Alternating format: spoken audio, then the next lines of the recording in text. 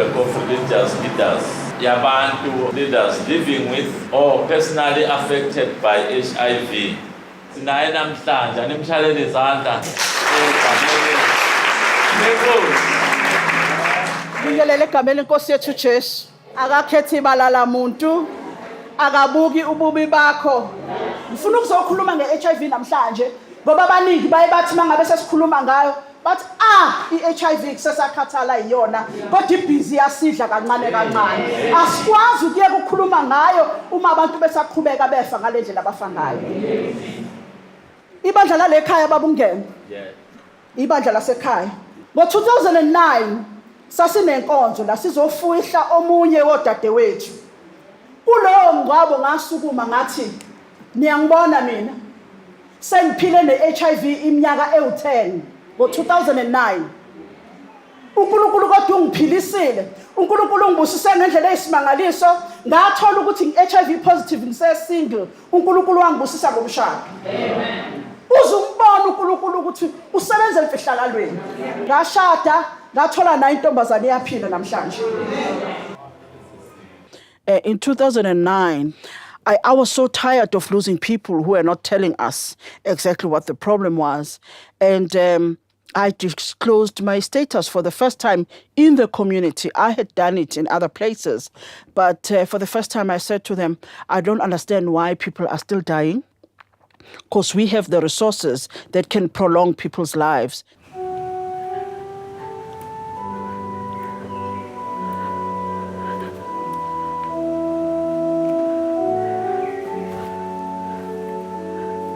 When I found out that I was living with HIV, I can write a whole book on that day.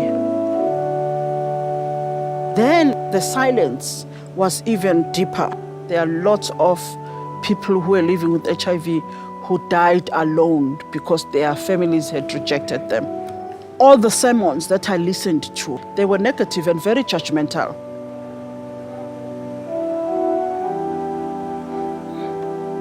And I remember I cried a lot. I was angry with God and I had lots of questions. I can easily choose to wallow in my depression. I can easily choose death. But I got up and I continued working. Almost on a daily basis, I choose life.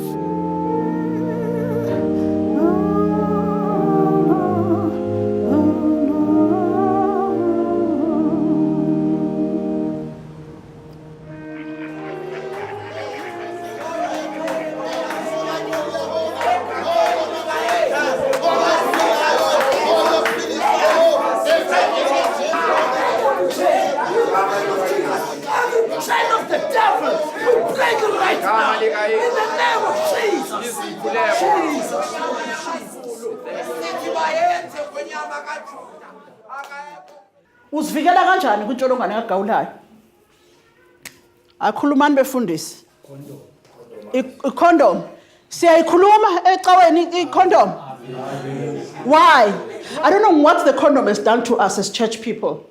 It's just a piece of rubber which can save lives. But we are so scared. If you shumayela ngecondom, so ubanika amathuba amancinci abantu ukuthi mababa apply self control. Into ye flesh, as human beings, if flesh ifuna any flesh, finish and clear. Finish and clear. Ngisho ungabehave like an angel. Your humanness says you want intimacy. Enjalo. Okay. Aphanti lahlangane neqabane lakhe nansi into esiyithethayo. Bayabona lokho? We are not sure about that. Okay. But eyona nto siyitshoyo ukwenza duty yethu thina zibefundisi. But now I think my concern is we're putting a lot of pressure on young people to abstain. Whilst we know good Tina as young people, we struggled with this. And also we are reluctant ukuthi ama tools that can save their lives. Never ingxaki la ikhona. And I mean someone like James this morning ngimbuza ukuthi when you have an erection what do you do? Yeah, he khalimele. He said he prays. Yeah, gentlemen. He said he prays. So I asked him, does it go down after praying? And of course, yeah. But we had a very interesting discussion, because reality is we don't want to talk about sex. Yet it's one issue that makes us vulnerable to HIV.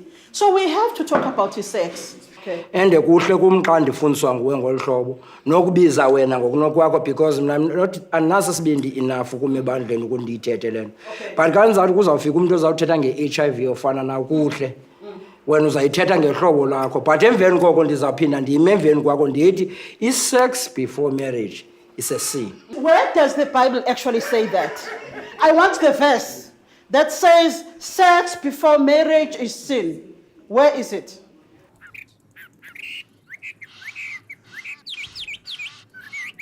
When the churches promoted messages like HIV is punishment from God, it's because it was presented as something that only affects people who are promiscuous and people who do not have moral values. So now with all the work that we are doing, we are saying, how do we open up our churches in the context of HIV and AIDS and transform them into centers of healing?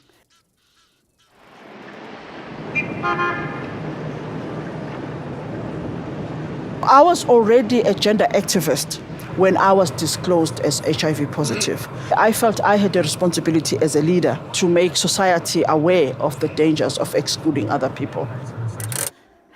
So in Inarela, because we work with religious leaders who are living with HIV, we use our stories to promote hope and positive living. Hello, hello. And when the network was established, we realized that some of the things that we need to deal with are the issue of stigma, the issue of shame and silence, the issue of misaction, and also inaction, where religious leaders just didn't know how to respond to HIV. They had no skills, no tools at all. So what we do is, our core business is the eradication of stigma and discrimination. Yeah. When Inerela was established, it was to support us, the religious leaders who were living with HIV. I don't know whether you feel, is it still difficult for religious leaders who are living with HIV, or are things better now? Je crois que dans mon pays, au début, la stigmatisation était très, très, très forte, surtout dans le domaine religieux, parce que on concevait le VIH-Sida comme une punition des dieux. On s'est rendu compte que dans le domaine religieux, la stigmatisation a beaucoup baissé parce qu'il y a eu des formations, il y a eu des enseignements et il y a eu les témoignages aussi des leaders religieux qui ont essayé de séparer le VIH-Sida du péché, de la morale. Maintenant, les leaders religieux qui sont positifs sont acceptés dans leur communauté et les leaders religieux aussi acceptent les membres, les chrétiens qui sont positifs dans leur communauté.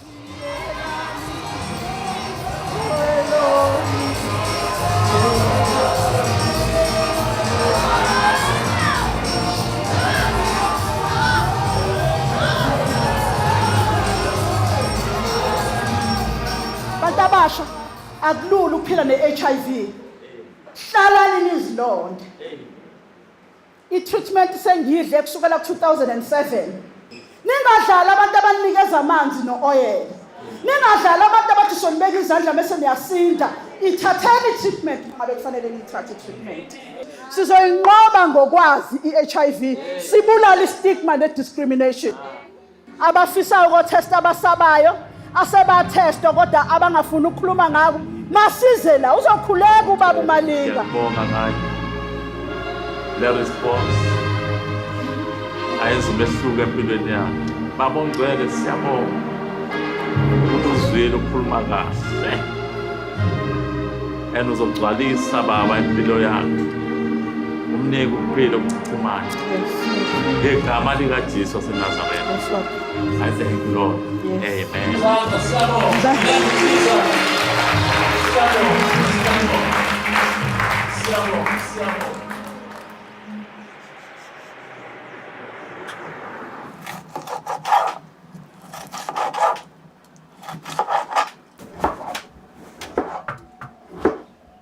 Most of the churches that belong to traditional mainline churches that have structures of accountability, we have found that their theologies have changed and they hold each other accountable. There is more acceptance. They tend to embrace people who are living with HIV, and some of them have even changed some of their doctrines. But with the independent churches, we are really struggling. When I facilitate training for religious leaders, I often use my own example. That I have a mother who goes to a charismatic, Pentecostal, and very independent church that promotes the use of faith water, faith oil. And my mother really believes in these things. And whenever she gets an opportunity, she gets them for me. And she believes that they will cure my HIV. Qala mina ngiqale ngadila ne-faith water ngabona ukuthi khona inkinga eseyifuna ukustronga uma ngabe ngiphuza itiye ngifaka i-faith honey ngawufaka ushukela uma ngabe ngigcoba ngiyiyeke i-aquas le ngiyigcobayo ngigcoba i-faith oil. Now we've got faith fragrance. You can even put that, shake it and say, I want all the bad dreams, bad things that are affecting my family to go away. It's gone. So, yeah. I suppose it works for people. I don't have a problem if people continue taking their medication and they use these things. But I have a problem with people not adhering to their medication regime. Why do people have such a negative attitude towards ARVs? People want to treat HIV differently than any other disease. Well, I take mine religiously. And I remember once I met someone who said, that means I don't have enough faith. He's praying for me. He hopes one day I will see the light and stop taking the medication. I had to tell him, stop wasting your time. Instead, pray for my medication to work. Because I'm not going to stop taking medication, yeah.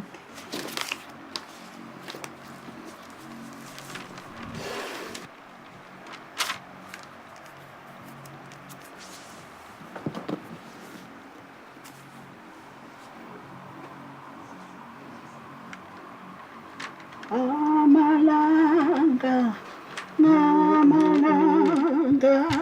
wethembekile Jesu, you are faithful, oh Lord. You are faithful, oh Lord. Every day and every hour, you are faithful, oh Lord. You are faithful, oh Lord. You are faithful, oh Lord. Every day and every hour, you are faithful, oh Lord.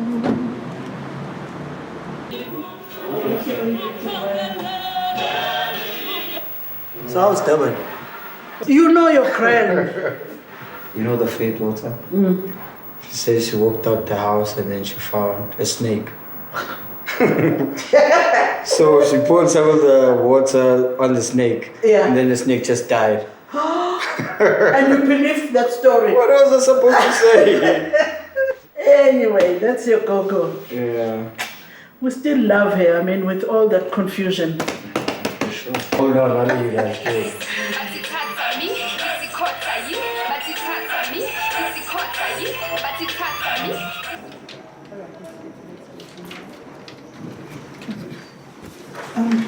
Roseanne, I'm a flight summer board members. Are they leaving tomorrow morning, all of them? Okay. What are some of the assets that we can use from the different religions to deal with the issue of stigma and discrimination, one, and also discuss the issue of sexuality? I think where it comes to the Hindu faith, we do not have any controversy that regards is that right or wrong. Where it comes on to the sexuality issue, it's like any country. It's a subject that nobody wants to talk about, though they are very aware of it. In the Hindu scriptures, it's quite broad. It includes the neutral, which includes all the LGBTI community, actually. Even in our own culture, traditionally, there wasn't any discrimination towards the LGBTI community.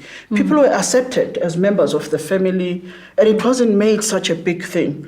But now with the colonization, the new laws, and all the external forces, it is demonized. Dans l'Église catholique, l'homosexualité n'est pas acceptée. Donc il y a une double action qui doit être menée, un double plaidoyer qui doit être mené au niveau de nos gouvernements et à la fois au niveau de nos hauts leaders religieux pour faire face à ces genres de problèmes de criminalisation des minorités sexuelles.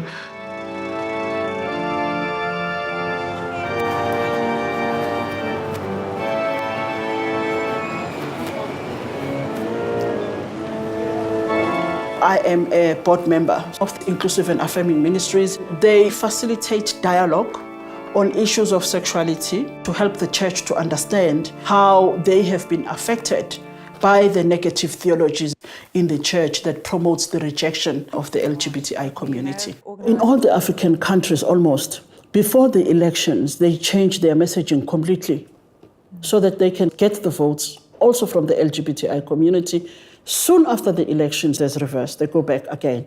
Phumzile, isn't that very much the same what the church does to LGBTI people? If you think about the Dutch Reformed Church, where the policy was changed, and then a few weeks later, the appeals came in, and the whole decision on wonderful inclusion on all levels for LGBT, or gay and lesbian people in particular, is put on ice. Sexuality is just as important as our spirituality. But unfortunately, in the religious community, we've almost suppressed sexuality completely. And we need to find ways of encouraging each other to integrate the two and know that both are a gift from God.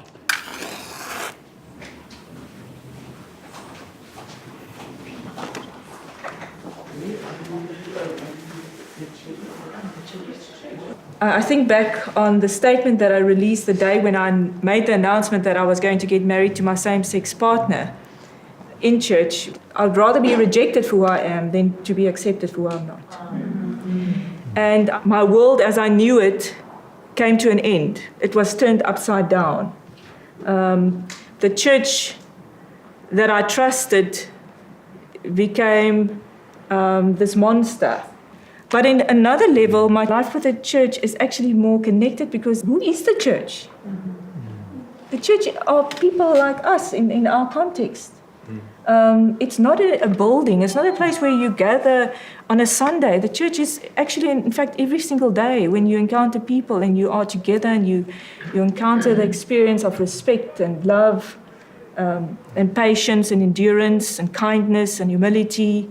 I came out about 20 years ago, and my coming out was also a cry for wanting to be authentic with myself. And from the moment I stepped out of the closet, I was preparing myself to be killed. Because in our community, there's a death sentence for being gay. But the one thing that I felt from a very young age was this connection with God as a God of authenticity, and that for me to embody the qualities of God, I would have to be authentic with myself. And the more I've opened myself to serve, the closer I felt I was to God. There are lots of people, for instance, from the LGBTI community who would be going to church, but they do not have the freedom to actually disclose their sexual orientation, because then they would be rejected or judged or discriminated against. Now, we have used contextual Bible studies to say to people, on what basis are we discriminating against people?